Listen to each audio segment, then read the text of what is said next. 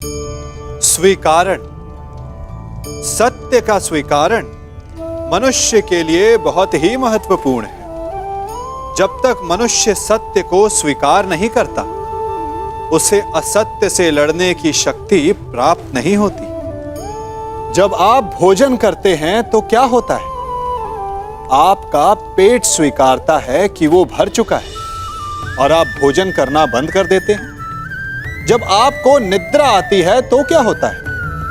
आपका मन स्वीकारता है कि आपका शरीर थक चुका है और उसे विश्राम की आवश्यकता है। उसी प्रकार जब आपको किसी व्यसन को रोकना हो तो आपको स्वीकारना पड़ता है कि बहुत हो चुका, चाहे वो लालच हो या मदिरापान। उस व्यसन का त्यागना तभी प्रारंभ होता है जब आप ये स्वीकार कर लेते हैं कि आप उस व्यसन के बंधक हैं।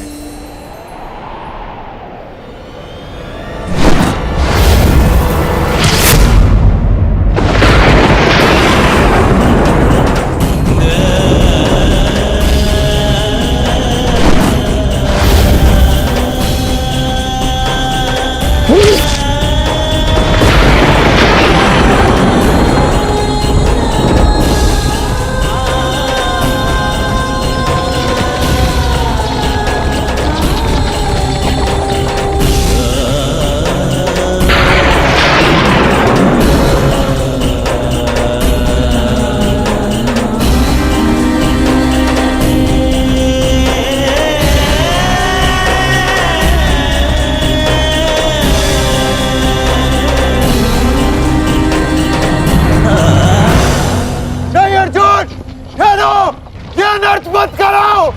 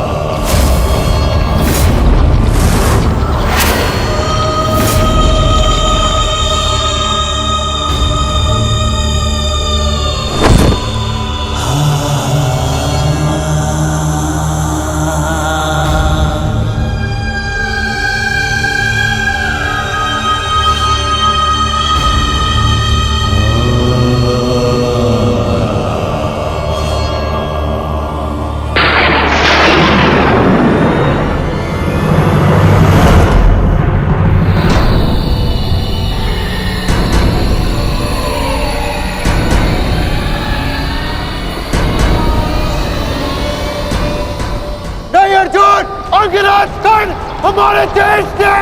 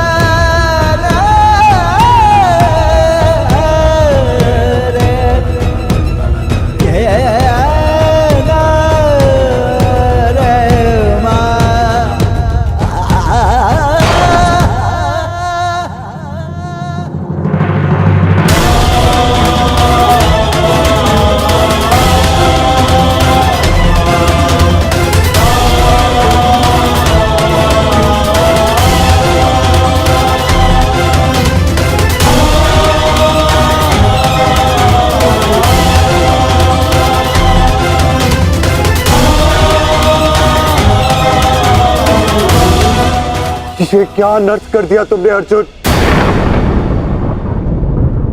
इतने वर्ष तुमने इस युद्ध को रोक कर रखा, क्या क्या कुछ और क्षण नहीं रोक सकते थे?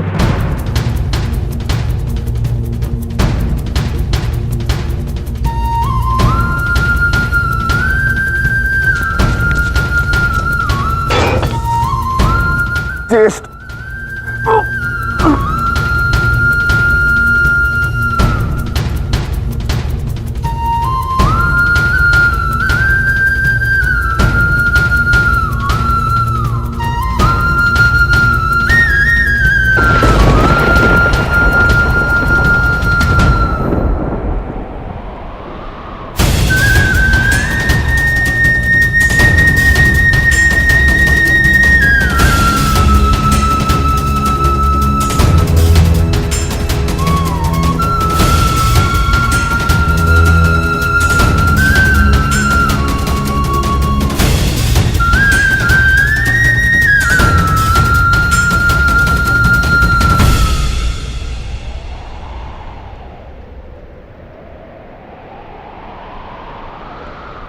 क्यों क्यों किया आपने ऐसा?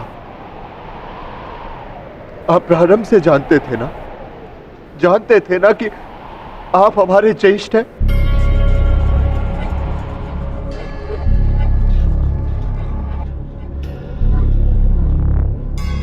इसीलिए कभी मुझे, कभी भीम को, कभी नकुल सहदेव और कभी अभिमन्यु को आप जीवित छोड़ते रहे।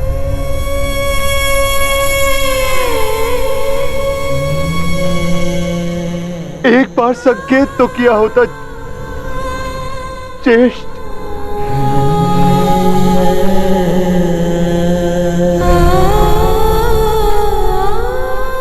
क्यों ज्येष्ठ, क्यों नहीं रुका आपने? उस हर पल मुझे, जब मैंने आपके जन्म पर प्रश्न किए, क्यों नहीं आपने अपने बाणों से मेरा मुंह सील दिया? क्यों ज्येष्ठ?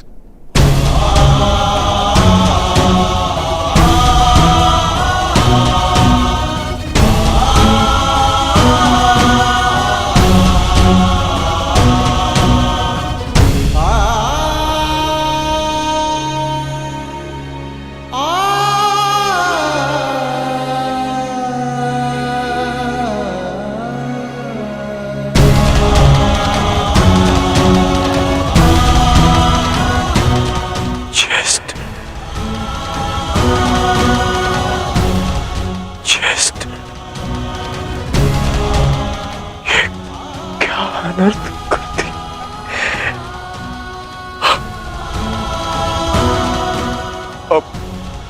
अपने ज्येष्ठ को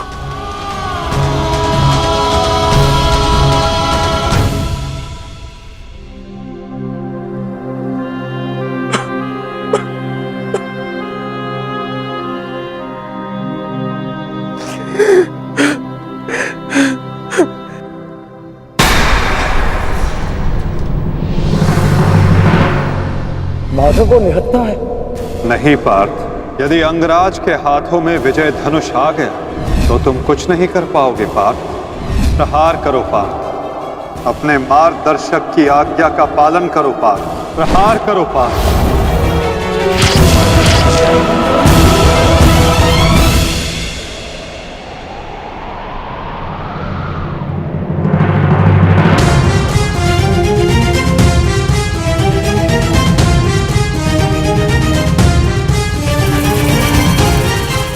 मुक्त करो अंगराज को पार्थ। अंजलि का अस्त्र का प्रयोग करो। माधव, मेरे हाथ कांप रहे हैं। नहीं पार्थ, तुम पाप नहीं कर रहे, पुण्य कर रहे हो। तुम एक सदात्मा को उसके भार से मुक्त कर रहे हो।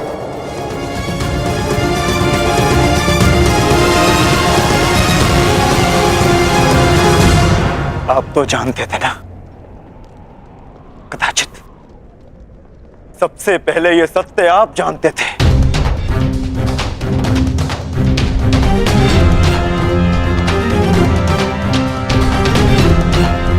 तो फिर क्यों नहीं बताया आपने मुझे? क्यों ये प्रारब्ध चुनने के लिए विवश किया आपने? क्यों मेरे मस्तक पर अपने ही ज्येष्ठ के हत्यारे होने का कलंक लगवा दिया आपने? क्यों?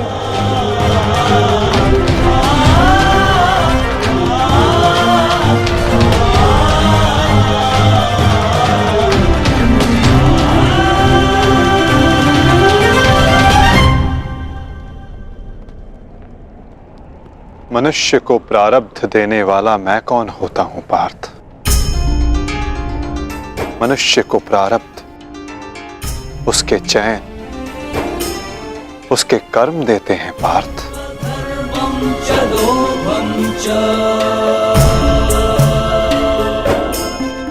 बीज में स्वस्थ मीठे फल लगेंगे या उस बीज को सूख जाना होगा, इसका चयन बीज स्वयं करता है पार्थ,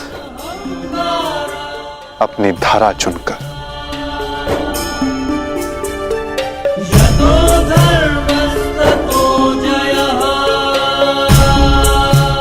तुमने धर्म का साथ देना चुना पार्थ,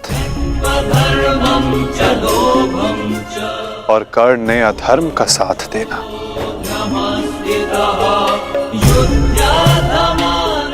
मैं क्या करता? तुमने अन्याय के विरुद्ध स्वर उठाया और अंगराज मौन रहे।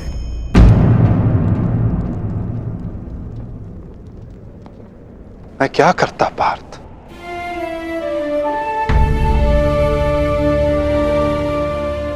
मैंने कई बार विकल्प चुनने के अवसर अंगराज को दिए पार्थ, किंतु उन्होंने यही चुना। मैं क्या करता?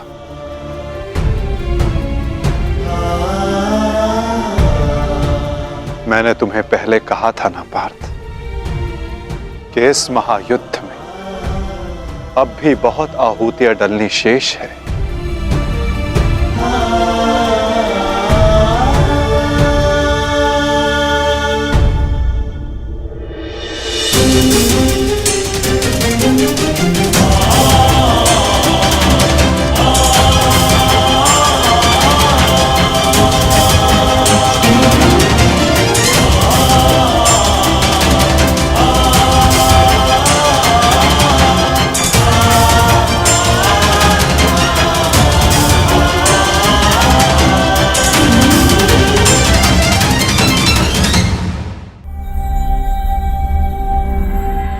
मैंने तो केवल तुम्हारे ज्येष्ठ को, उनकी पीड़ा, उनके भार से मुक्त किया है पार्थ।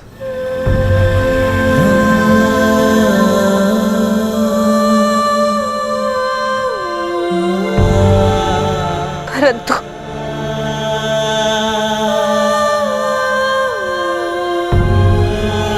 मैं पुत्र हत्या के बोझ से कभी मुक्त नहीं हो पाऊंगी।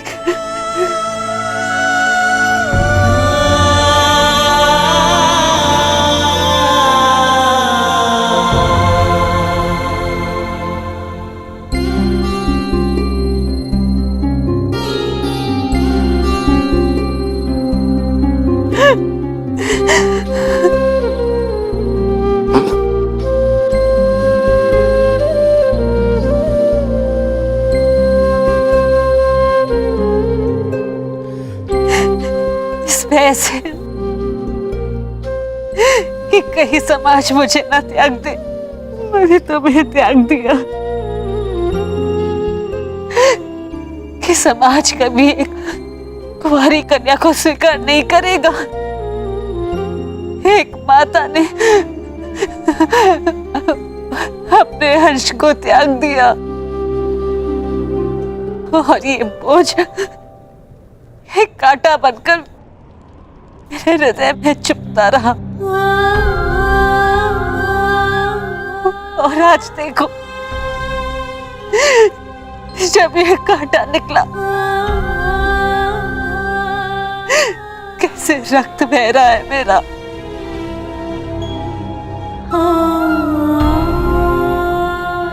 वैसे तो एक पुत्र अपने माता ऋण से मुक्त होता है और ये माता अपने संतान ऋण से मुक्त नहीं हो पाएगी।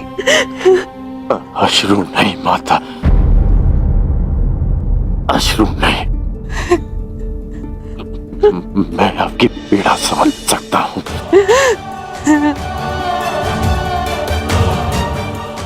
मैं संसार से,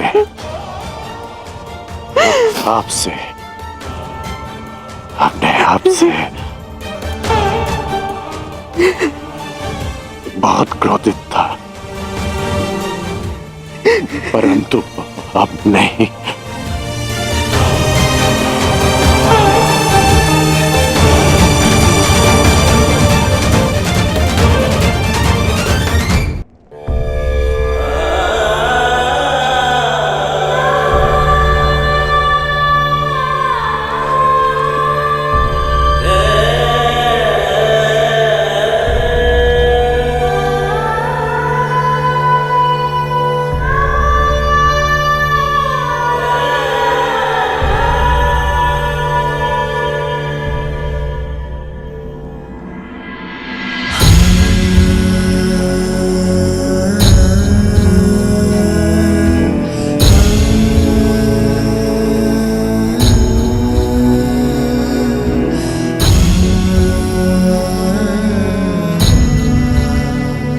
मैंने आपको परिवर्तन का वचन दिया था, पर मुझे विश्वास है कि मेरे पश्चात परिवर्तन का अध्याय प्रारंभ होगा।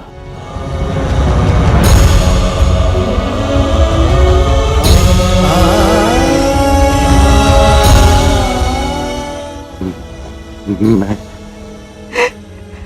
आपका नहीं हूँ।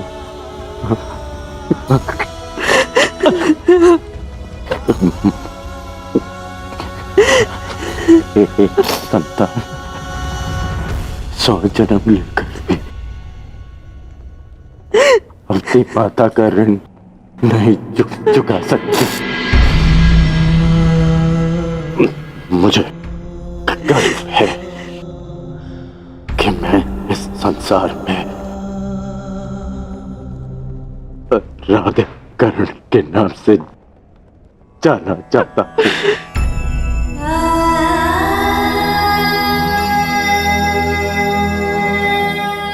माँ, मुझे विश्वास है कि मैं संसार में सदा राधे कर्ण के नाम से ही जाना चाहूंगा।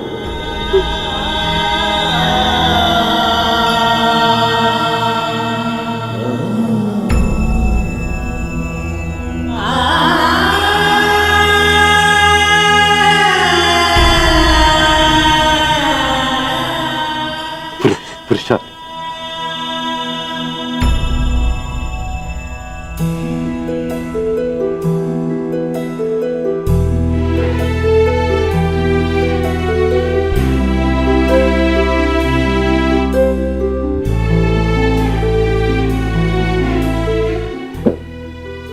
मुझे क्षमा करना। सदा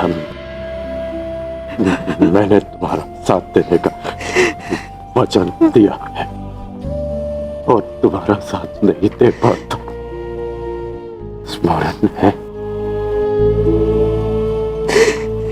हम पहली बार रथ के पास ही मिले थे, अंतिम बार भी रथ की छाया में ही है। अपनी अंतिम यात्रा पर निकल रहा।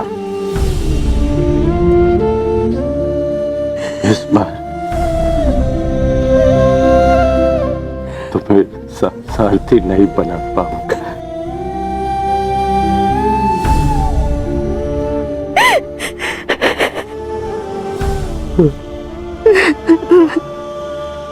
मुझे रोते हुए मत करना। नहीं रोएगी वृषाली, और तुम्हारे सारथी के रूप में सदा तुम्हारे साथ रहेगी। तुम एक शरीर नहीं हो कर्ण, एक सोच हो, और एक सोच कभी नहीं मरती।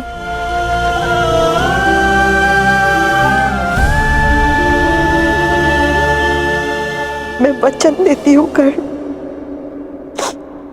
मेरे अंतिम क्षण तक तुम्हारे स्वप्न को अपने आंखों में जीवित रखेगी ये वृषाली।